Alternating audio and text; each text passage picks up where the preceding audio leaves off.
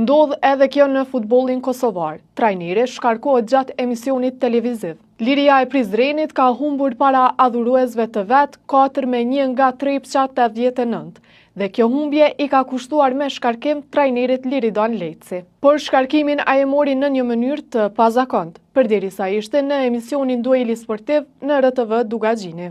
Fjalët qarkullonin për shkarkimin e tij, por Leci tha se një gjë e tillë nuk i është komunikuar nga kryesia e Lirisë. Vetëm disa minuta më vonë, Leci sa ishte në emision, vjen komunikata zyrtare nga Liria. Liridon Leci largohet nga klubi.